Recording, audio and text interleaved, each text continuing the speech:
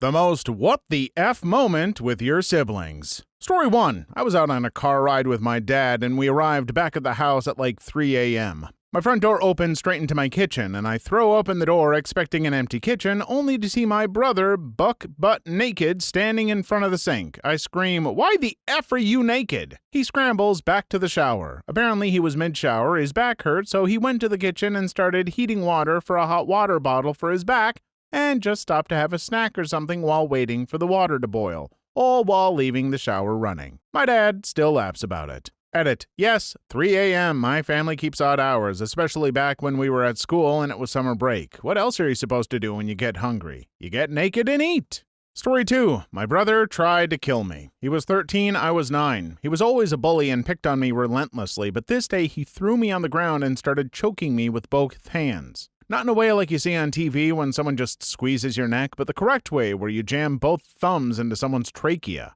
Couldn't breathe, couldn't gasp, just felt cold and my vision started to go tunnel vision, then black. When I came to, my mom had hit him over the head with a broom. I don't remember much after that, but I'll never trust him.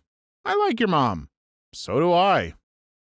Story 3. Probably when I was 9 and my older brother was 13. We were home watching TV one day during the summer. He was flipping through the channels and stopped on an episode of Donahue that featured a male stripper right in the middle of his routine with an audience of middle-aged women cheering. He put the remote down and excitedly said, "We are watching this." He's now married with 2 kids and is aspiring to be a Baptist minister. He's gay. So gay. No, he prayed it away.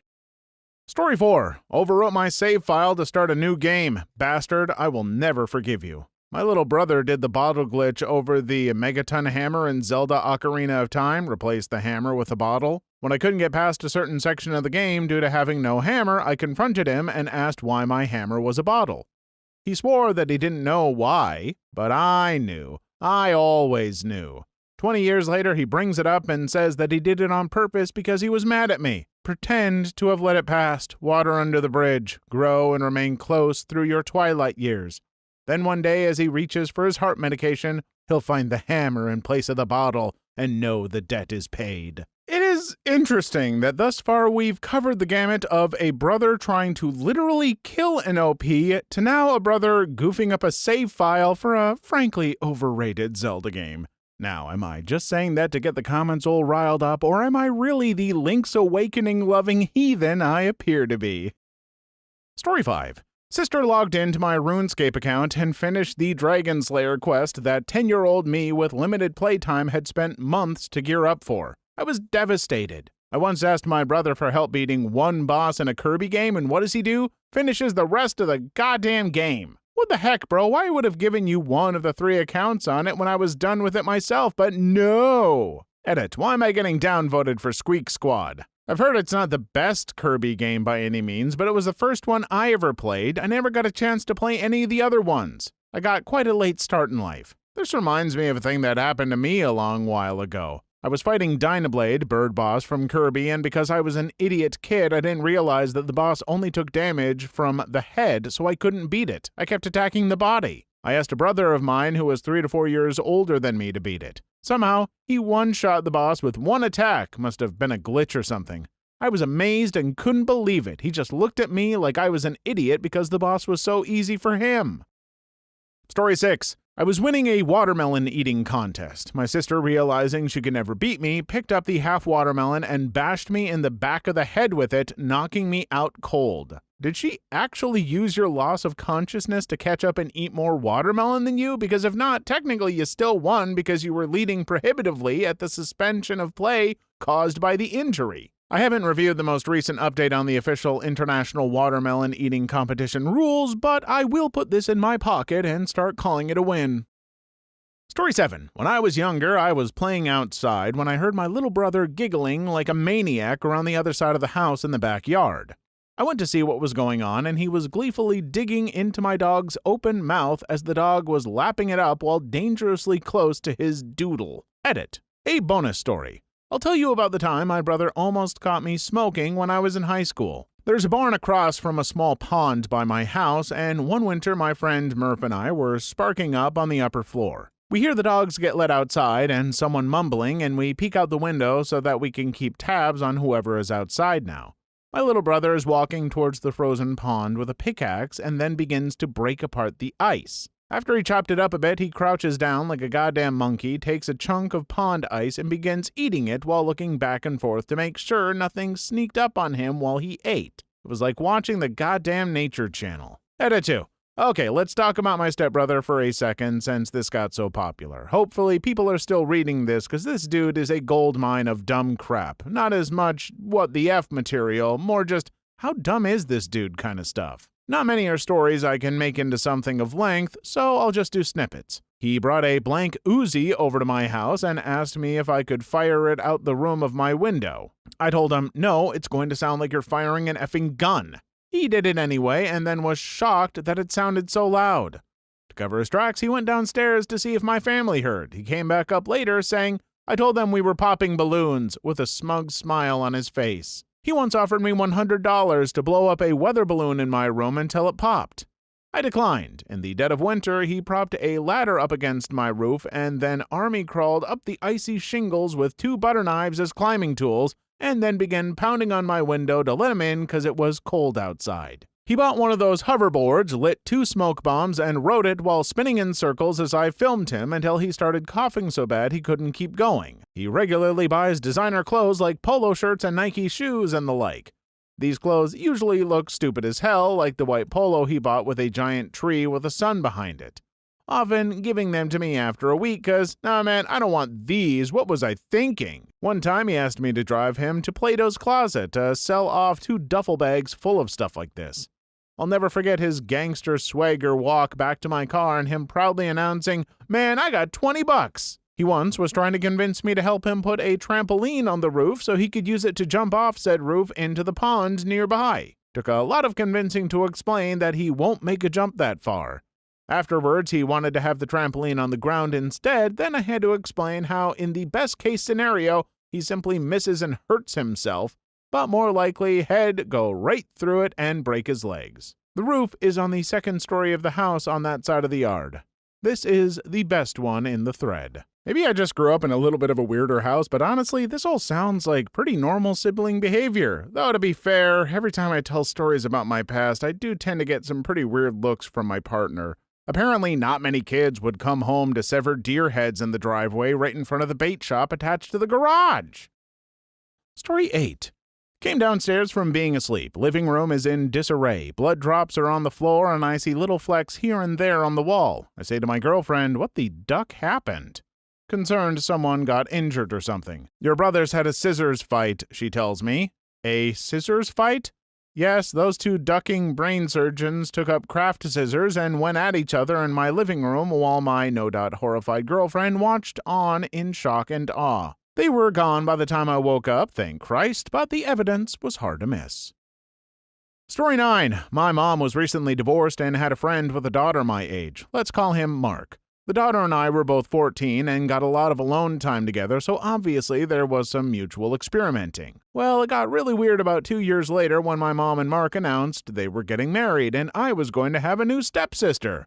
Never trust daughters who are called Mark. What a story.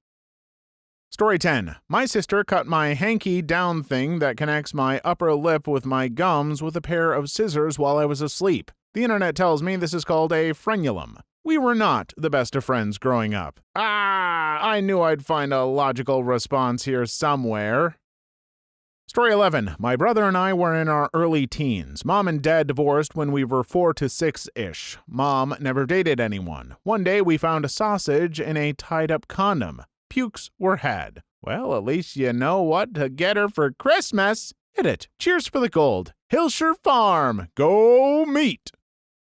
Story 12. My sister discovered her inner thinking voice when she was like 4, came downstairs into the kitchen totally distraught and said, "Who is talking to me all the time? Everywhere I go, someone talks to me about the things I do, but I can't see anybody." If a child told me that, I would be scared that they were suffering from some kind of mental illness. When my older brother was 4 or 5, he scared the crap out of my mom by telling her there were voices in his head. But he couldn't understand what they were saying. She took him to the doctor, understandably a bit upset. Turned out he had water in his ear, didn't know what it was, and assumed it was talking to him. You know, I've heard there was a study that apparently only 30 to 50% of people have an inner monologue, and I've never understood how someone could not have an inner monologue since I feel like I've always had one. But this seems to be a case of a child finally developing one and being confused by it. Wild. Story 13. My half-siblings are 9 and 10 years younger than me. One Sunday morning, I woke up to laughter and wee sounds coming from downstairs. I went to investigate and found that they had emptied a carton of milk through which they were now sliding around on the floor naked. I'm imagining you're in your 40s. Do you mean right now or when the incident took place? LOL.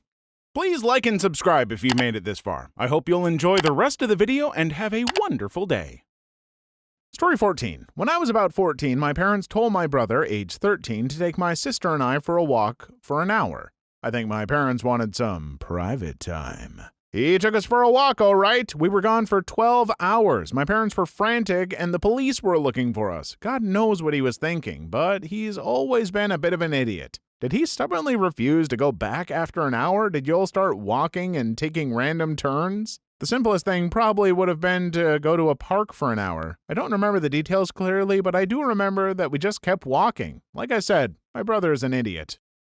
Story 15. The time I came home from school and found a horse in the garden, which my brother had bought from a nearby campsite. Haha, wonderful. He was 16 at the time. To this day, I still do not know how he got the horse on there.